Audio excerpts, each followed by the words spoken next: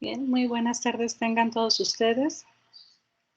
VM Campus San Luis Potosí les da la bienvenida a la conferencia del día de hoy, que forma parte de nuestro ciclo de conferencias por parte de la Academia de Nutrición y QFBT. Antes de iniciar la conferencia, me gustaría hacer unos breves anuncios. Por favor, mantener su micrófono en silencio a lo largo de la conferencia. Si tienen alguna duda o comentario, la pueden realizar en el chat. Nuestro ponente va a tener la oportunidad de ver este chat y podrá atender sus preguntas o dudas, ya sea a lo largo de la conferencia o al final. Recuerden que aún tenemos próximas conferencias. El próximo lunes, 18 de mayo, tenemos el uso de modelos marinos para la investigación en cáncer. El día de hoy les presento a nuestro conferencista, el maestro en ciencias Ricardo Camilo Chávez Martínez, quien nos hablará sobre el desarrollo de pruebas asequibles del COVID. Ricardo, ¿me escuchas bien? Sí, te escucho. Muy bien. Si gustas ir cargando tu presentación en lo que yo voy mencionando tu reseña. Sí. Bien, les platico. Ricardo estudió Ingeniería en Biotecnología en el Instituto Tecnológico Superior de Monterrey y la maestría en Ciencias en Biología Sintética y Sistemas Biológicos en la Universidad de Edimburgo, en Reino Unido. Es cofundador del startup Cintia, embajador de Latinoamérica para la Fundación iGEM y coordinador embajador del After iGEM a nivel global. Forma parte del equipo de sinestesia natural y sintético y es uno de los representantes de la organización Albiotech a nivel Latinoamérica. Sin más por el momento, le cedo el audio y el control a Ricardo. Muchas gracias. Nada más para confirmar, ¿sí se ve la pantalla? Sí. Okay. Bueno, pues muchas gracias por la invitación. A continuación para los que no me conozcan, voy a presentar un poquito sobre mí y también pues, platicarles de lo que hemos estado colaborando desde diferentes iniciativas para el desarrollo de pruebas asequibles y accesibles de SARS-CoV-2. Un poco sobre mí, yo soy estudiante del TEC de Monterrey, tengo una ingeniería en biotecnología. Tuve la oportunidad de participar y ser miembro del laboratorio del Dr. Guy Cardino desde el 2009. Entonces, desde mi segundo semestre estuve involucrado en la parte de un poco de investigación y obteniendo experiencia desde comenzando lavando matraces hasta ayudando a alumnos de doctorado con sus experimentos. Posteriormente, tuve la oportunidad de participar en la competencia iGEM liderando un equipo, y no solo un equipo, sino en este caso me tocó liderar a 3 equipos mexicanos, obteniendo bastantes buenos resultados a lo largo del 2011, 12 y 13 en temas de biología sintética relacionados desde la producción de sacarosa y jarabes de alta fructosa, pruebas de diagnóstico para alergias y también incluso el diseño de microorganismos que pudieran combatir el cáncer de manera inteligente en humanos. Tengo actualmente una maestría en biología sintética en la Universidad de Edimburgo, la cual cursé en el año 2016, y también durante ese mismo año pude participar liderando el equipo de la competencia iGEM, obteniendo también buenos resultados y liderando el equipo de posgrado. Actualmente colaboro con iGEM en función como embajador y coordinador del programa After iGEM. iGEM es esta competencia internacional de biología sintética, considerada como las Olimpiadas de biología sintética a nivel global. Y de igual manera, estoy muy orgulloso de ser el director general y cofundador de Cintia, una startup mexicana en las cuales les voy a comentar un poquito más adelante. Bueno, el tema de hoy es algo que nos está tocando vivir, que curiosamente algunos tal vez recuerden, pero también hace unos años nos tocó vivir otra pandemia diferente, pero en este caso estamos hablando de un coronavirus, el SARS-CoV-2. Para los que recuerden, también nos tocó vivir la pandemia de la influenza H1N1. De hecho, a mí me tocó contagiarme en esa ocasión y fue toda una experiencia el pasar por esta incertidumbre de tener síntomas, no saber qué estaba ocurriendo, no saber también la gravedad de lo que estaba sucediendo. Afortunadamente todo salió bien, pero es muy diferente el escenario que se está viviendo hoy en día, con muchísima más agresividad, mayor número de contagios y más riesgos. Ese es el tema central de hoy. Entonces, estas son algunas cifras de un monitoreo que hace la Universidad de Johns Hopkins, que mantiene día a día, que nos recuerda un poco de la seriedad de esta situación. No voy a entrar mucho en el tema de qué es un coronavirus, o cómo funcionan los virus, o qué es el SARS-CoV-2, sino partimos de la idea de ya conocer de, pues, es un virus y que estamos actualmente expuestos a durante la pandemia, ¿tal? Entonces, ¿cómo funcionan los métodos de detección para este virus? Este virus normalmente se encuentra en el tracto nasofaríngeo de personas, y para diagnosticarlo normalmente necesitamos obtener una muestra, por lo que se usa un hisopo elongado para tomar una muestra de pacientes, y en lo que tiene esta muestra son tanto células del paciente como también partículas virales.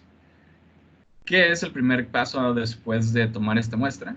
Necesitamos extraer el ARN, del virus.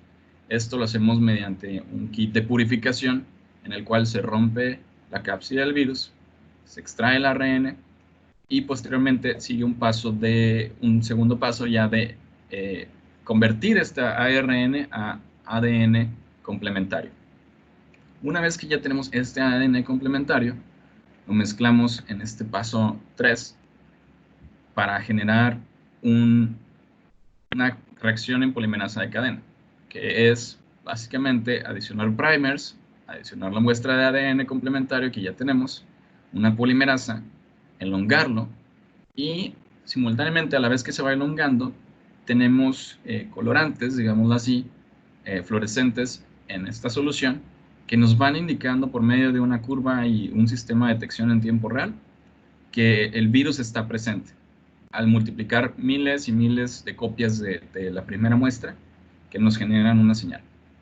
Todo este proceso a partir de la extracción de RNA y de ponerlo en un tubo y hacer ADN complementario, y posteriormente esta reacción en cadena de polimerasa, se le conoce como RT-qPCR, que significa transcripción reversa de polimerasa en reacción en cadena de cuantitativa. Ahí disculpen, ahí me mezclé un poquito con las palabras, pero en inglés es Reverse Transcriptase Quantitative PCR. Entonces, primero ocurre la transcripción inversa, que es convertir o transcribir de RNA a ADN, y posteriormente es multiplicar este ADN y obtener una señal de esto. Ahora, ¿cuál es el tema por medio de esta detección que nos indica en este infográfico? Pues que hay actualmente algunos problemas en el tema de muestreo, que es la disponibilidad de reactivos, que esta prueba avalada por la OMS, FDA, CDC, RT-qPCR, consume bastante tiempo. Y también aún existe la problemática de falsos positivos, falsos negativos, lo que no nos dan un buen diagnóstico en algunos casos. A futuro se busca que se puedan encontrar otras maneras de probar, ya sea mediante la detección de anticuerpos en pacientes que estén infectados, pero todavía no existen pruebas estandarizadas en el mundo al respecto. Por el momento dependemos de esta tecnología de RT-qPCR, y es un poco sobre lo que voy a estar comentándoles. Si han estado involucrados un poco en las noticias en el campo del diagnóstico, han estado saliendo bastantes iniciativas de empresas, centros de investigación e incluso también miembros de la comunidad sugiriendo y proponiendo nuevas pruebas de diagnóstico pero todavía nos falta no solamente validar que sí funcionen, sino también ver en qué momento pueden llegar al usuario final. Estos son algunos ejemplos de las pruebas que ya existen y que también, pero no solamente las que ya existen, sino de otras alternativas. Por ejemplo, esta sugiere el uso de la tecnología CRISPR para hacer un diagnóstico como si fuera tal vez una prueba de embarazo, es decir, una prueba de flujo lateral en la cual pones una muestra y te indica en poco tiempo si tienes o no la presencia de este virus o anticuerpos. Por otro lado, también está una nota que fue bastante llamativa en la que se mencionaba que un equipo podía resolver la problemática que les comentaba en la que aún con toda esta tecnología ya avalada toma bastante tiempo. En Estados Unidos, los laboratorios de Abbott estaban proponiendo ya un equipo y un kit que pudiera detectar en 5 minutos si un paciente estaba contagiado o no. Incluso también existen startups en Latinoamérica, como Casper Biotech, que ya también están trabajando en el diagnóstico de este coronavirus por medio de tecnología de punta, como es en este caso CRISPR. Antes de seguir adelante, había un punto que quería enfatizar, que es la diferencia entre asequible y accesible. Cuando yo hablo de asequible, me refiero a que es algo que puede comprarse o pagarse, que está dentro de nuestros límites económicos, digamos así, que es algo para lo que sí me alcanza. En cambio, accesible, la manera en la que lo voy a estar utilizando es que podemos tener acceso a lo que mencioné, ya sea que podamos llegar a esto. Entonces, una cosa asequible es que tenga el suficiente dinero para comprar algo y accesible es que no tenga que, digamos, viajar a otro país para poder ir a recogerlo. Teniendo después de platicar un poco sobre eso, es una de las dudas que han surgido en cuanto al muestreo y diagnóstico de coronavirus, es ¿qué tan pronto podemos usarlas o implementarlas en México? ¿De quién depende?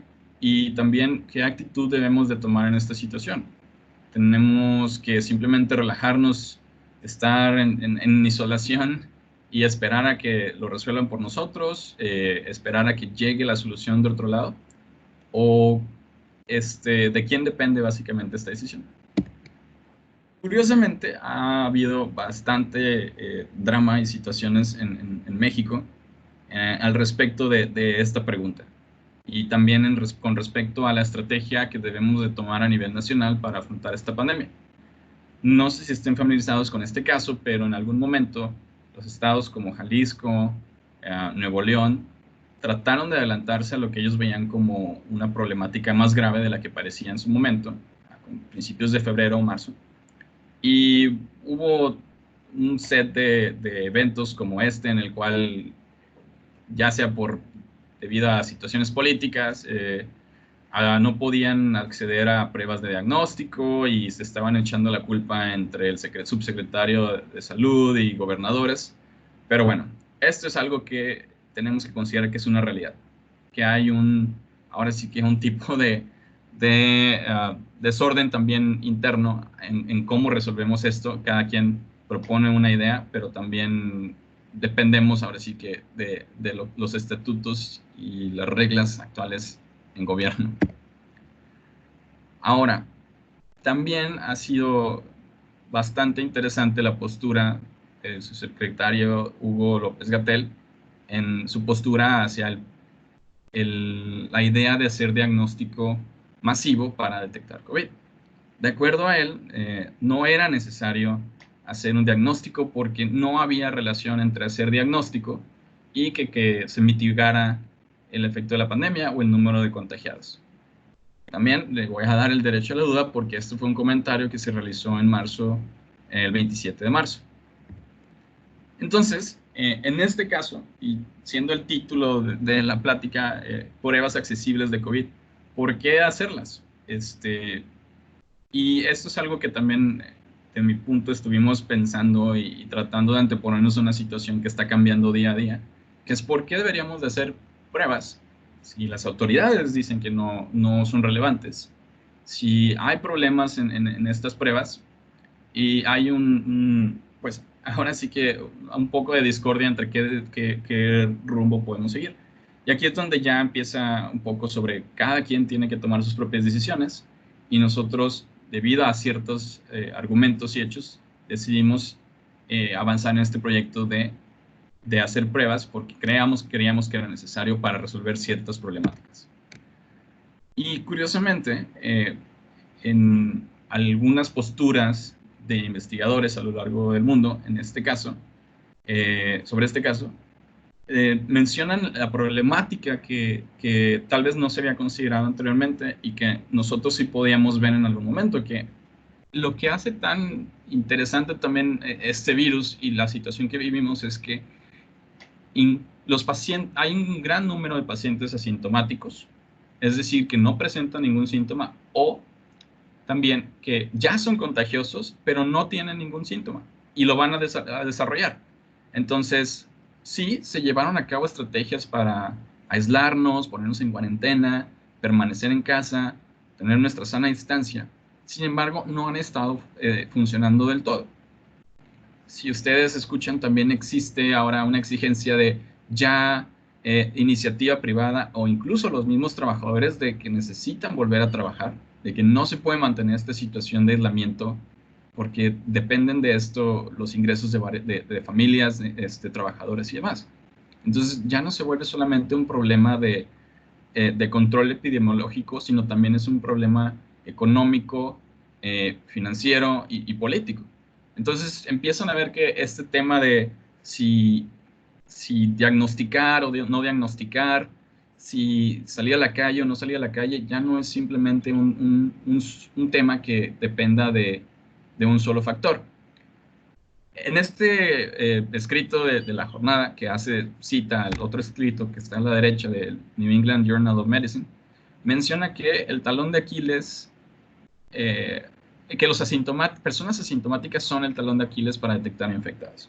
Y a lo que se refiere con esto era lo que les comentaba en el sentido de si alguien es contagioso y vuelve a trabajar o regresa a trabajar porque tiene o se abren de nuevo los negocios, lo que va a suceder es que va a volver a ocurrir otro pico de contagios. Vamos a seguir teniendo varios picos en los que nos aislamos, regresamos, pero tú al estar cumpliendo con tus obligaciones, aún si no te das cuenta de que tienes la enfermedad, estás contagiando a otras personas.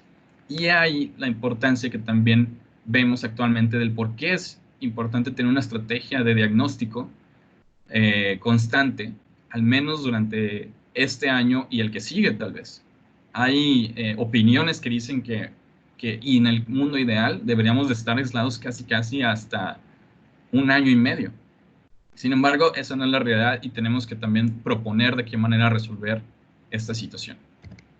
Entonces, para analizar el problema, con lo que ya les comenté, sería interesante escuchar o ver si pueden hablar o si quieren comentarlo en el chat, es que pensaran un poco en, si ustedes, entendiendo un poco esta problemática, ¿debemos de hacer diagnóstico o no debemos de hacer diagnóstico? ¿Debemos enfocarnos en atender a pacientes o debemos de enfocar en otras cosas? Si tuvieran 5 millones de pesos para apoyar a México en esta pandemia, ¿qué problemas pueden identificar de lo que han visto y lo que ya mencioné? ¿Y en qué usarían ese dinero para resolverlo en 7 meses? Les voy a dar ahí 2 minutos a ver si alguien se anima a compartir una opinión, qué les gusta, qué imaginan que podrían hacer con eso en 6 meses, qué problema les gustaría atacar de los que he mencionado.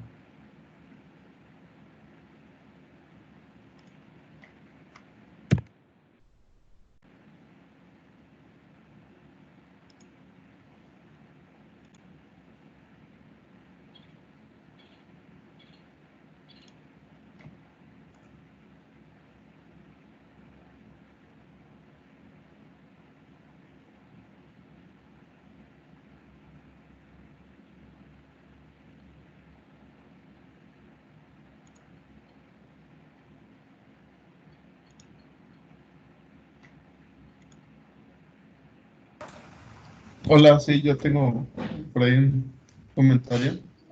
Sí. Bueno, yo creo que el principal problema que debería de tratarse sería las instalaciones médicas para poder poner en cuarentena sobre todo a los casos confirmados, más que nada, porque bueno, creo que también se genera más riesgo de dejar que si, lo que se está haciendo, ¿no? Que si tú tienes algún familiar o tienes síntomas o ya estás contagiado, pues pases la cuarentena en tu casa aislado, porque al final de cuentas pues, vas a entrar en contacto con otras personas y creo que también ahí se generaría eh, mayor tasa de infección. Y ¿Ok? por ejemplo, pues hasta donde tengo entendido, pues es parte de lo que otros países han hecho, ¿no? Invertir en instalaciones para, pues sí, generar cuarentena para los casos confirmados. Muchas gracias, José. Sí, en este caso, el dedicar recursos también a la parte de tratamiento y de atención a personas contagiadas que ya tengan síntomas y tratarlos, es uno de los enfoques que ha hecho este gobierno. El hecho de comprar ventiladores y tratar de prepararse para un peor de los casos o tratar de apoyar al sistema de salud pública es algo que podría invertirse y tratar, identificaste el problema y ya enfocaste en qué te gustaría apoyar. Aquí veo otro comentario. Explorar técnicas alternativas para la detección del virus como anticuerpos, vacunas a partir de péptidos sintéticos. Correcto, esto también es algo que se puede llevar a cabo. Otras alternativas que nos sirvan para diagnosticar, que tal vez no tomen tanto tiempo. Entonces, sí, estoy de acuerdo con estos. Si gustan, voy a continuar con la presentación. Ahora, un ejemplo que me gusta mucho es el tema de ver el llegar a una solución de un problema por medio de imaginarnos que estamos armando un robot. Las partes de este robot por sí solo no hacen nada, pero depende de cómo las acoplamos y cómo las alocamos, cuál es la función de cada una, lo que nos ayuda a tener un sistema complejo que resuelva una problemática.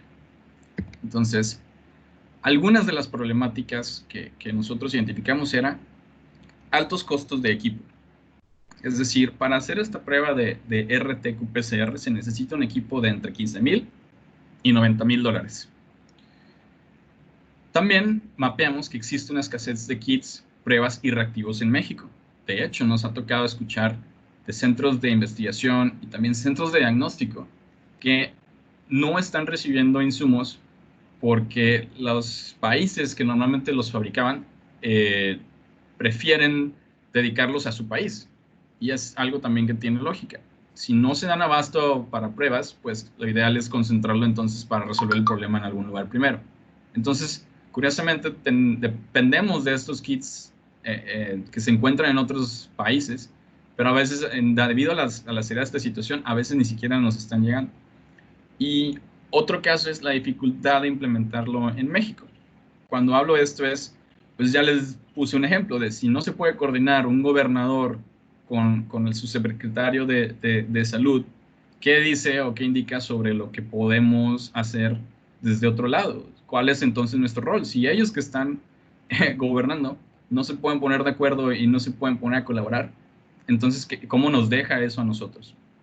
Algunas de las soluciones que planteábamos es el desarrollo de equipos y kits de diagnóstico hechos en México. ¿Cómo hacemos esto? Garantizando también una cadena de suministros nacionales. Mapear, porque también esto es importante, mapear y conocer y entender que ya existen empresas en México con las que podemos colaborar juntos para generar estos kits y equipos. Y también tenemos que trabajar en la sinergia entre empresas y gobierno, desde ya sea fondos públicos, por un lado, o si no también la manera en la que, entender el rol de empresas en llegar a una solución para el diagnóstico. Ya se ha comenzado a tener una mayor cercanía entre laboratorios de diagnóstico y gobierno, que en las últimas semanas sí había estado algo complicada, pero afortunadamente seguimos avanzando hacia allá. Entonces, esa sinergia es algo que se tiene que considerar no solamente esperando que el gobierno lo resuelva, sino también nosotros proponiendo maneras en que se pueda resolver esto. ¿De qué manera podemos apoyar? Esto es algo que también es una pregunta que nos teníamos que hacer al comenzar con esta iniciativa. Y es, tal vez nosotros no podamos apoyar generando ventiladores, no tenemos la capacidad o el know-how para hacerlo. Nosotros tal vez no tenemos el conocimiento para diseñar o producir máscaras como protección para médicos, etc. Entonces, es cuestión de buscar también en qué era lo que podíamos apoyar desde ahora sí que nuestro background de conocimiento. Uno de los ejemplos de este tipo de acciones que se están tomando es el de la doctora Choconostle, en donde están desarrollando kits en México para purificar el RNA del virus SARS-CoV-2. Si recuerdan, en los pasos que les mencioné para el diagnóstico, primera etapa es tomar la muestra, segunda etapa es extraer el RNA, tercera etapa es hacer la transcripción reversa y la siguiente etapa ya es hacer el PCR cuantitativo. Ahora, cada uno de estos pasos incluye reactivos diferentes, condiciones diferentes, y esto es uno de los ejemplos bueno, un ejemplo de cómo resolvieron unas problemáticas que mencioné. Si tenemos una dependencia a estos kits extranjeros que ni siquiera nos están llegando por la alta demanda en otros países, pues ¿por qué no hacerlo nosotros? Y eso fue algo que ya se está haciendo, por lo menos en Simvestab. Ahora, muy bien, este es un ejemplo de Simvestab. Es una situación muy diferente a lo que pudiéramos estar estudiantes, profesores o empresas relacionadas a biotech, pequeñas empresas. Entonces, ¿qué sucede con ellos? ¿Qué sucede con nosotros? Uno de los enfoques que a mí me gusta mucho es en el campo de la colaboración, es el DIY Bio, el Do It Yourself Biology o el hazlo tú mismo, que tiene esta mentalidad de, sí, la idea de que nosotros podemos hacer bastantes cosas por nosotros mismos en el campo de la biología. La idea también de ciencia ciudadana, en donde la respuesta no siempre tiene que venir del postdoc de este instituto o universidad, o también de la empresa multinacional más grande que tengan allí a la cercana, sino que también nosotros podemos aportar este conocimiento. Obviamente, analizando un problema de manera clara, racional, y pues también siendo humildes en que estamos aprendiendo también al mismo tiempo que estamos buscando resolver algo por el método científico. Y también el espíritu hacker de la idea de compartir estos datos y esta información que se genere. Uno de estos ejemplos es la iniciativa Just One Giant Lab, o Juggle, donde curiosamente tienen esta visión. Es un sitio en internet conocido como Just One Giant Lab, donde iniciativas y propuestas de ciencia ciudadana, open source, y con la idea también de bajo costo, con la idea de colaborar, encontró un nicho de personas interesadas en apoyar para generar iniciativas en contra del SARS-CoV-2. En estas iniciativas ya hay grupos, más de 4,000 personas en todo el mundo colaborando de poco en poco. Hay iniciativas ya en Argentina, hay iniciativas en algunos países de África como Ghana, también en Australia, y es un efecto colaborativo a nivel internacional de ver cómo pueden apoyar, que van desde el diseño de caretas y manufactura hasta también kits de diagnóstico especializados y bastante avanzados, curiosamente, pero con este enfoque de low cost, open source y de compartir. Ahora, uno de los temas que curiosamente mencionaban era, por ejemplo, las pruebas de anticuerpos o las pruebas de CRISPR o pruebas de RT-qPCR como la que yo mencionaba. Hay una par de diferencias en estas. Por ejemplo, este es una imagen de uno de los resultados de un kit y de las pruebas que hace el INDRE para evaluar si un kit está listo para ser implementado bajo esta emergencia. Este es un kit que funciona similar a RT-qPCR, en el cual se detecta y se verifica su sensibilidad, que se pueda reproducir y también que sea específico y no esté detectando otros tipos de muestras virales. Entonces, esto es lo que actualmente el gobierno de México está llevando a cabo para decidir si este kit es válido o no para hacer un diagnóstico de SARS-CoV-2. Esto es por medio de la tecnología RT-qPCR. Ahora, mencionaban el tema de usar anticuerpos. Y también es bastante mencionado el uso de detección por medio de anticuerpos o el point of care, punto de atención médica. La idea de que con una muestra de sangre rápida podamos entender si tenemos SARS-CoV-2. Ahora, hay puntos importantes que considerar aquí. En este tema de anticuerpos, es que sí se han identificado que hay algunas limitantes. Por ejemplo, si ustedes tienen o tuvieran una infección por SARS-CoV-2, su cuerpo va a empezar a generar anticuerpos, pero varía de persona a persona y también varía la cantidad que producen y también el momento en el que se producen. Entonces, alguien que se le hiciera una prueba de diagnóstico, en este caso de anticuerpos, a unas horas o días antes de que alcanzara la cantidad necesaria de anticuerpos para ser detectados, posiblemente le daría negativo. Y podría estar caminando cuando sí tiene el virus, va a presentar síntomas o va a ser asintomático, lo que no nos dice si no nos ayuda a aislar ese caso o a esa persona. También otro punto interesante es que los anticuerpos pueden seguir después de que ya alguien se curó de la enfermedad. Entonces, si se le hace la prueba a alguien, es muy posible que dé un resultado positivo aún después, semanas, si ya se curó, porque los anticuerpos siguen presentes en su cuerpo. Entonces, en este caso, la Secretaría de Salud menciona que estas pruebas, si bien pueden ser utilizadas para investigación, no deberían de ser usadas para diagnóstico por estas mismas limitantes que les comenté, porque puede dar un resultado en el que la persona o apenas va a tener, pero no lo detecta, o ya tuvo, ya no es contagiosa, pero sigue teniendo los anticuerpos, que es normal. Entonces, por eso se sigue requiriendo que las pruebas de diagnóstico que nos digan si una persona tiene el virus o no, sean más específicas y aún no se ha logrado que las pruebas de detección por anticuerpos lleguen a ese nivel de especificidad.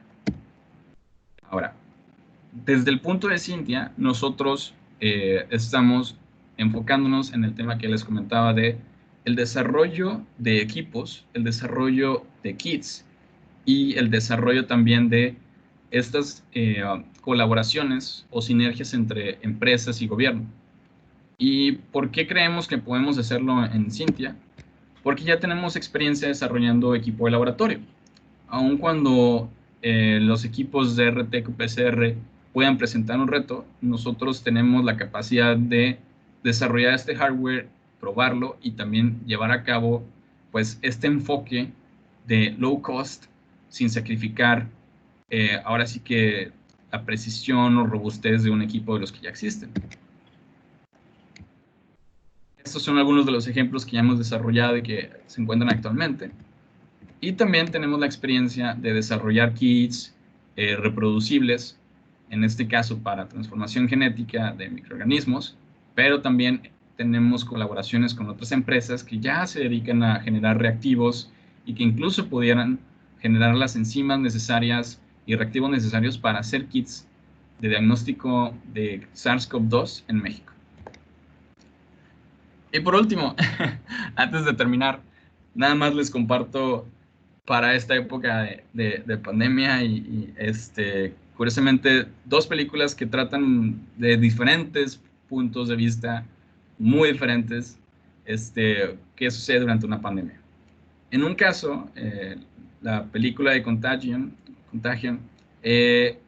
nos pone un escenario que curiosamente es bastante similar a lo que ha ocurrido en el tema de SARS-CoV-2 en respuestas epidemiológicas.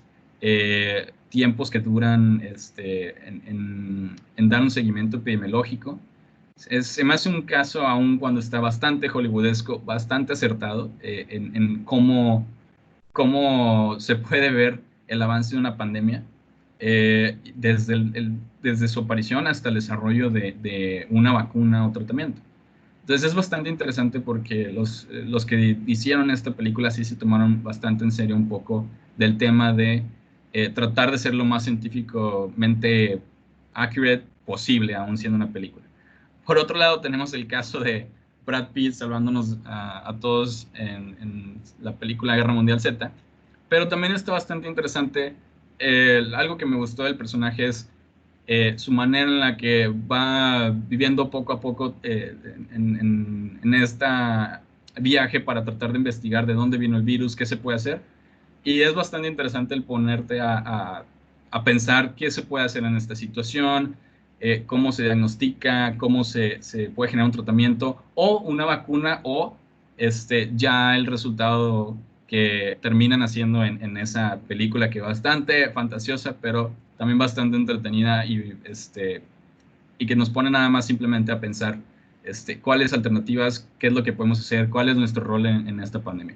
Entonces, eso de mi parte sería todo por esta plática. Espero les haya gustado y pues aquí estoy para cualquier duda o comentario.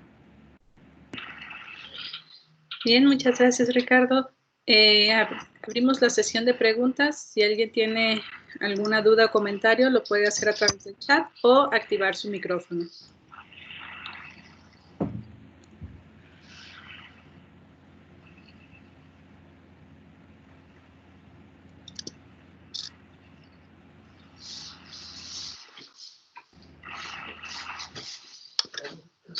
Bueno, en lo que se animan a preguntar, yo tengo un par de dudas. ¿Cuánto tiempo les ha tomado a Cintia desarrollar un equipo o un kit? Claro. Para el desarrollo de un equipo y también para kits, yo creo que depende de dónde va a ser implementado. En nuestro caso, nuestros kits y equipos los desarrollamos para que fueran robustos y funcionaran ahora sí que de manera excelente en un escenario de educación y de investigación. Si quisiéramos, digamos, que ofrecer nuestros equipos como termocicladores, PCR, digamos, ya para un enfoque médico o de diagnóstico, aún no tienen esas certificaciones necesarias. Entonces, sí es más complicado y tiene más pasos el hacer un equipo enfocado a diagnóstico y depende de las regulaciones de cada país. Entonces, para los nuestros, con eso en mente, que eran para educación a investigación, es un balance entre tener al equipo adecuado, fondos para llevar a cabo el proyecto y también materiales. Entonces nosotros yo creo que nos tardamos en tener eso de manera adecuada aproximadamente un año y curiosamente el desarrollo del equipo fue rápido o simple una vez que ya se tenían esas tres variables. Duramos aproximadamente 6 meses en ya tener las versiones finales, partiendo ya de tener al equipo, al recurso y los materiales. Mencionas mucho el equipo. ¿Qué profesionales necesitas tener en tu equipo para desarrollar este tipo de kits y maquinaria?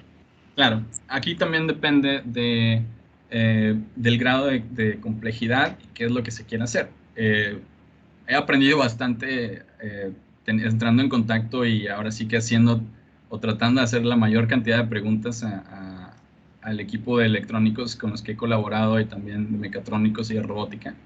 Y es bastante interesante darte cuenta de lo poco que conoces de un tema. Entonces, en este caso, algo que sí aprendí es que tienes que delimitar qué es lo que quieres hacer en puntos específicos. Entonces, nosotros decidimos que nuestro equipo la prioridad iba a ser el funcionamiento, precisión, exactitud. Entonces se necesitaba un ingeniero eléctrico relacionado mucho al tema de control. Entonces, ese era un electrónico de control, un ingeniero mecatrónico para la parte de la mecánica y la idea de diseñar un equipo, También un programador que ahora sí que le diera las instrucciones a cómo queríamos que funcionara. Y también diseñadores que nos ayudan a ver de qué manera podía verse mejor, pero también tomando en cuenta las limitantes mecánicas y todo ese tema aplicado. Entonces, por lo menos eran 4 personas para desarrollar un equipo. Y pudo haber sido más complicado. Ya hay personas que, por ejemplo, también en nuestros equipos se controlan por medio de una app, entonces también era un desarrollador de app. Entonces, conforme más pasos le agregues, más personas específicas necesitas. Aquí en el chat, muchas gracias. Tenemos una pregunta. Uh-huh. Nos preguntan, ¿crees que la estrategia que sigue México respecto al virus cambiará si las pruebas que comentas reciben el visto bueno para el diagnóstico en estos meses? Ok, ya existen pruebas avaladas en México. Algunas siguen estando, a mi parecer, algo caras. Y lo que necesitamos es hacerlas sí masivas si lo que se quiere llegar a hacer es a reactivar la economía. ¿A qué me refiero por esto? No estoy diciendo que las mías sean la única opción o la mejor opción hasta el momento, porque todavía seguimos trabajando en esto y nuestro enfoque es hacerlo low cost, que se pueda hacer en México y que se puedan producir de manera rápida. Pero otras alternativas, las que estén disponibles, sí tienen que producirse en masa y distribuirse a, digamos, a empresas, restaurantes y tener un monitoreo constante. Porque entre más pronto te des cuenta de si alguien tiene el virus, aun si no presenta síntomas, va a ser necesario si queremos volver a trabajar pronto, digámoslo así, a lugares públicos. Entonces, eso es como yo me lo imagino funcionando, teniendo un balance entre reactivar la economía y los trabajos y de manera segura, que es, sí, irlo abriendo de poco en poco, pero garantizando un constante monitoreo de si los trabajadores de una planta están interactuando entre ellos, ok, que sigan todavía las medidas de sana distancia, pero también que cada cierto tiempo se haga un chequeo de diagnóstico para ver si tienen presencia del virus aún antes de que empiecen a tener síntomas. Entonces yo creo que sí va a ser una mezcla entre gobierno apoyando a empresas para que tengan acceso a estas pruebas, las empresas dando un buen seguimiento de buenas prácticas en sus lugares de trabajo, pero también implementando esas estrategias de monitoreo, no solamente esperarte hasta que tengas síntomas, sino desde antes. Eso para mí sería algo que generaría valor. Gracias. Retomando lo que mencionabas, de que una vez que desarrollas una técnica tienes que validarla o certificarla. Uh-huh. ¿Ese proceso qué tan tardado es? Sí, depende. De hecho, nosotros comenzábamos más con la idea de el desarrollo de este equipo de diagnóstico. Cuando íbamos comenzando, nosotros nos imaginábamos que diseñar nuestro kit y validarlo, y luego también ver si se iba a poder escalar la producción en México, iba a ser tardado, pero no por los pasos de desarrollo del kit y el escalamiento, sino por el tiempo en el que pudiera tomar la autorización. Yo nunca he tenido que validar un kit hasta el momento. Solamente me han llegado historias de terror donde los procesos pueden ser muy tardados, donde aun cuando institucionalmente se supone que tienen que darte respuesta en 6 meses, hay proyectos que duran hasta 1 año en ser aprobados, en el caso de certificaciones. Pero entonces esa era mi preocupación. Curiosamente, en este caso, sí vemos que hay un cambio de esa situación. Ya no, porque de nuevo, ¿quién pone las reglas? Gobierno. Y gobierno puede tomar la decisión de cambiar las reglas de acuerdo a emergencias. Y eso fue lo que sucedió. Lo que sucedió es que ahora, hasta el 6 de agosto, creo que es cuando termina este proceso, se están aceptando solicitudes de emergencia de investigadores o comerciantes que quieran distribuir pruebas para el diagnóstico de SARS-CoV-2 y les están acelerando el proceso. Se les está dando un permiso provisional para que puedan vender o proporcionar estas pruebas por el INDRE Y eso estaba haciendo como ahora sí que una manera acelerada de sacar estas pruebas adelante. Permisos provisionales.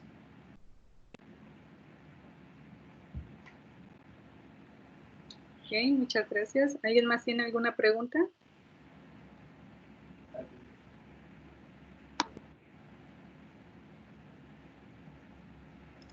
Hola Camilo, muchas gracias por la charla. Oye, entonces, ¿qué tan en desventaja están las empresas y la ciencia mexicana respecto al resto del mundo, por ejemplo Europa, en la carrera para desarrollar técnicas de diagnóstico y vacunas? Ok. ¿Qué tal la desventaja? Aquí, siéndote sincero y para no hablar de más, de vacunas yo no estoy familiarizado, pero y solamente me baso o mi experiencia ha sido indirecta por mentores, profesores que he tenido que sí trabajan en esa área. Incluso uno de mis mentores trabajó en la vacuna para el H1N1 cuando salió hace tiempo. Y ya están trabajando en eso. Entonces, sí hay proyectos e iniciativas mexicanas para esto.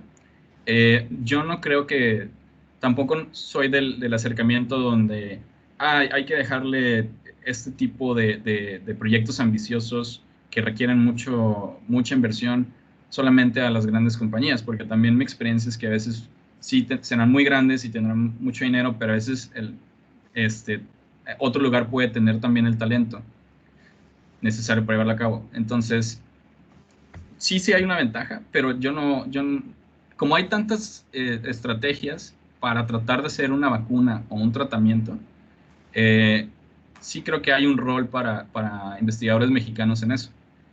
Por ejemplo, creo que he escuchado de la doctora Palomares que ya está trabajando también en colaboración con laboratorios de Estados Unidos para también crear una vacuna. Entonces, sí hay un nicho donde puedan entrar estrategias hechas en México, pero ya para decirte esta comparación de quién la va a sacar primero o no, no sabría. Yo preferiría que sí hubieran estos esfuerzos, porque igual lo que se le ocurra a un científico mexicano, también este es otro punto al que quiero pasar, es las pruebas de los posibles tratamientos o vacunas también pueden estar a veces muy diseñados de una manera muy eurocéntrica o de implementación rápida en sus regiones. Lo que nos deja a México y otras regiones que tal vez no sean prioridad en desventaja, porque tal vez no estén pensando en cómo lo van a implementar en todos los países, sino tal vez están pensando en cómo lo vamos a implementar en los que sí puedan pagar este producto demasiado rápido.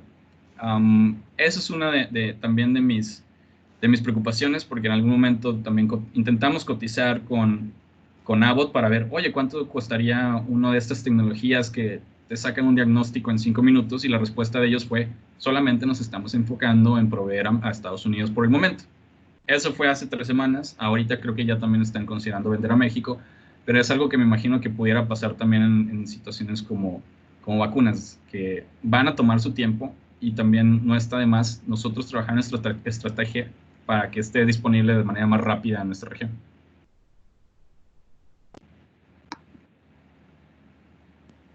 Gracias. Por aquí tenemos un comentario de Berta, que si nos puede platicar brevemente de su experiencia en el montaje de una prueba diagnóstica. Sí, estaría genial. Berta. Hola, yo soy Berta. Nosotros estamos en el Instituto Nacional de Medicina Genómica y nosotros justamente cuando empezó todo esto de la pandemia, pues también estábamos muy preocupados sobre lo que venía y empezamos en el laboratorio del doctor Jorge Meléndez a pensar en cómo podíamos nosotros buscar alternativas de pruebas diagnósticas, porque como mencionó Ricardo, pues uno de los mayores problemas de la RT-qPCR es que necesitas un equipo para RT-qPCR y hay muchos laboratorios incluso de investigación que no lo tienen, entonces mucho menos los centros de salud tienen acceso a este tipo de equipos. En ese entonces estuvimos pues buscando que ni siquiera estábamos tratando de desarrollar una prueba desde el principio, ¿no? Porque eso implicaría años y años de investigación, sino que Correcto. Más bien estábamos buscando otras pruebas que se habían hecho y tratar de buscar una adaptación para que pudiera servir para, pues en el caso de la detección de este virus, y que pudiera, o sea, una de las ideas era justo que fuera algo accesible, que fuera barato o al menos no tan caro como las otras pruebas y que pudiera realizarse por las personas en los hospitales. Entonces nosotros decidimos enfocarnos en 3 pruebas, bueno, 2 pruebas, una que estaba basada en CRISPR, que es la de Sherlock, y otra que está basada en LAMP, que es una amplificación isotérmica. Entonces, al ser isotérmica no necesitas un equipo de, con esos rangos grandes de temperatura, sino que sería suficiente pues tener baños, ¿no? O sea, baños que tuvieran cierta temperatura, y entonces eso para nosotros fue como una buena idea para que se pudiera realizar en los mismos centros de salud.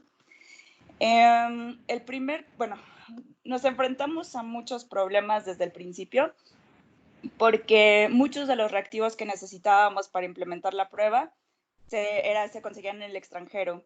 Entonces, para empezar, nosotros como instituto, pues tiene toda la burocracia que es que tienes que hacer tus cotizaciones, luego de las cotizaciones, las requisiciones, luego que te suelten el dinero para poder hacerlo, luego que pagues y luego que los reactivos te llegan en 3 meses o 4 meses o 5 meses, etcétera. Entonces, decíamos, nosotros tuvimos, o sea, mucho apoyo. Mi jefe, que es el jefe de laboratorio, pues tiene muy buena relación con muchas personas, y aparte teníamos pues ese interés por parte de los directivos de que decían, bueno, si necesitamos encontrar la manera de acelerar los procesos.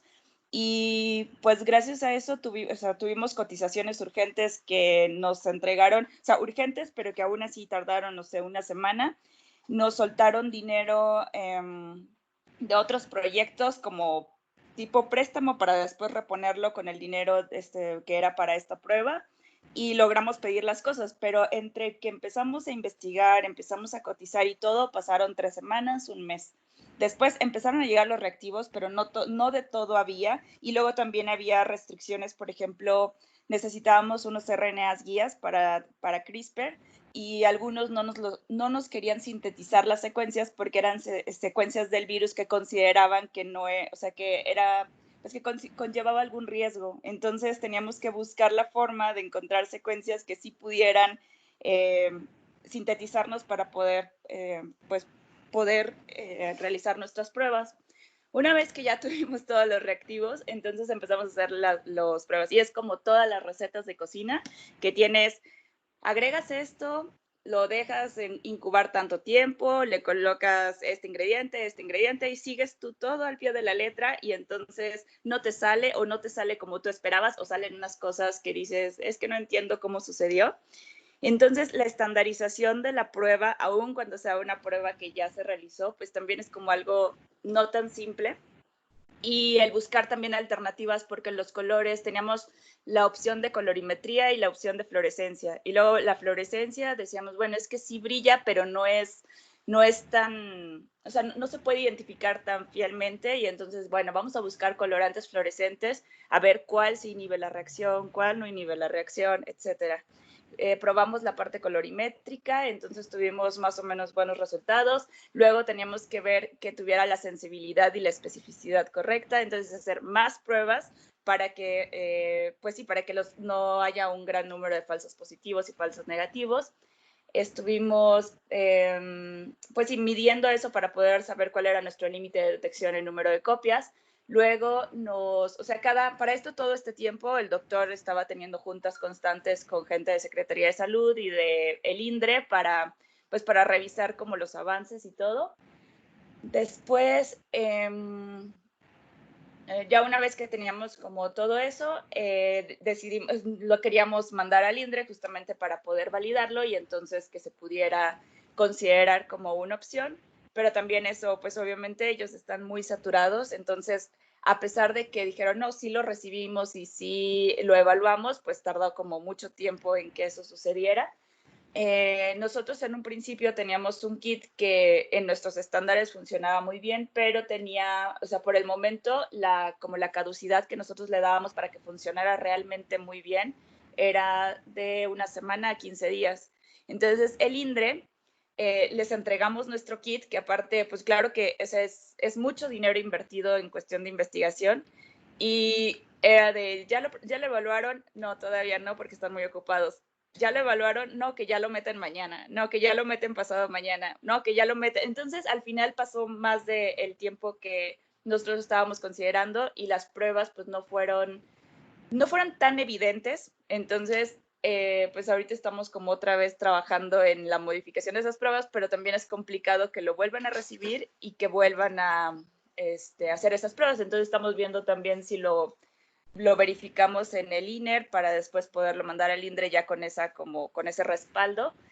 Y pues ya, pero para esto, o sea, ya pasaron 3 meses desde que empezamos y de que hemos estado trabajando, de que nos responden ahorita y ahorita, sea la hora que sea, entonces nos ponemos a resolverlo. No es que todas las 24 horas del día estamos trabajando, pero sí estamos tratando de hacerlo todo en el momento y aún así no es tan sencillo, pero también son cosas que sí se pueden hacer, o sea, sí son esfuerzos que no requiere de una gran farmacéutica o de un gran apoyo y que, pues bueno, o sea, somos un grupo de trabajo de muchos que hay en el país, gracias al cielo, y pues a ver, o sea, pues vamos a ver qué pasa. Entonces, nada más, como viene mucho al caso, pues quería como contarles un poco de la experiencia que nosotros hemos tenido en cuanto al desarrollo de una prueba diagnóstica. Muchas gracias, Berta. Digo, si algún día haces una presentación de todo eso, a mí me gustaría escucharla en 1 hora también. Te digo, es un mundo de todas las opciones que teníamos. Igual nosotros nos fuimos por RT-qPCR y LAMP también, pero la idea era ahí de que no solamente solucionábamos el tema de reactivos de RT-qPCR y LAMP, sino también porque ya tenemos ahí un contacto que puede sacar las enzimas necesarias en México, sino también la idea del equipo y que costara muchísimo menos que los $15,000 a $90,000 que te salió un qPCR, pero mantuviera la robustez. Sí, entonces, este es un ejemplo de por qué, por ejemplo, contestando otra vez en el tema de la pregunta de Saúl, oye, deberíamos de, ¿cómo estamos en temas de otros países? Lo mejor es tener alternativas y ahora sí que es mejor tener un pool de 100 y que salgan 10 a nada más dejarlo a esos 20 países que se enfoquen y los otros a la espera. Entonces, por eso a mí me parece muy interesante que a veces hay colaboraciones o proyectos similares, pero oye, al final lo que queremos es que salga algo positivo de esto. Muchas gracias, Berta, por tu comentario. Muchas gracias, Ricardo. Creo que también es muy importante tener una red de contactos para ver lo que están haciendo en todo México diferentes científicos, que quizás uno pueda tener una limitante de conseguir, por ejemplo, una enzima. Quizás hay un laboratorio que ya tiene estandarizada la producción de esa enzima y ya no sería como un contratiempo poder tenerla de otro país, ¿verdad? Uh-huh. Bueno, si ya no hay más preguntas o comentarios, vamos a pasar, déjenme compartir mi pantalla.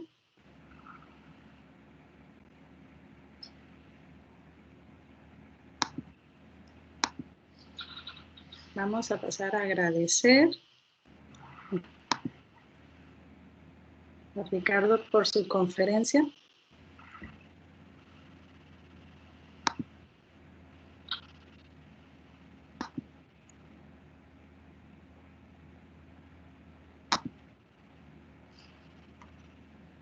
Por cierto, Berta, gracias por tu comentario. Por aquí vamos a tener una charla en 2 semanas de ella, por si quieren asistir si quieren verla.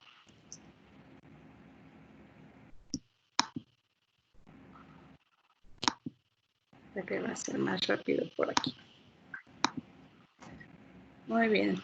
La Universidad del Valle de México, Campus San Luis Potosí, extiende el presente reconocimiento al maestro en ciencias Ricardo Camilo Chávez Martínez por su participación como ponente en la conferencia Desarrollo de Pruebas Asequibles de COVID-19. Muchas gracias por tu tiempo y por tu charla, Ricardo. Estaremos ahí al pendiente de las pruebas que puedan desarrollar. Muchas gracias por la invitación y espero que también les haya servido un poquito de este relato, más historia que análisis técnico, pero prefiero eso, que se lleven un poquito de una idea general y pues también de que sepan que se puede hacer este tipo de desarrollos en México y pues también es cuestión de que se quieran animar. Gracias. muy motivacional para los chicos que están estudiando esta carrera de químico farmacéutico biotecnólogo, para que vean que sí es posible hacerlo en el país, y ejemplos como tú les da esa confianza de que pueden desarrollar sus ideas y emprender su propio negocio quizás. Muchas gracias. Hasta luego. Bien, a los asistentes les agradecemos también por su presencia aquí en la conferencia. Les dejamos el código QR y el link de registro para que puedan registrar su asistencia y dejar algún comentario sobre la charla del día de hoy. Si tienen algún otro tema que desean conocer, ahí también nos los pueden describir. Muchas gracias a todos.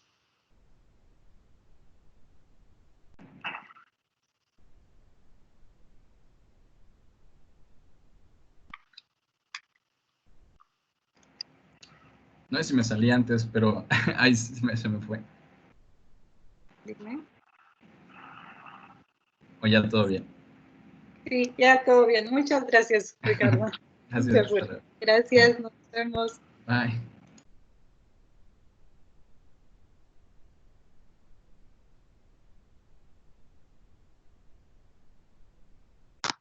Maestra Olivier, Dime, David. disculpe, ¿tendrá el link para el registro?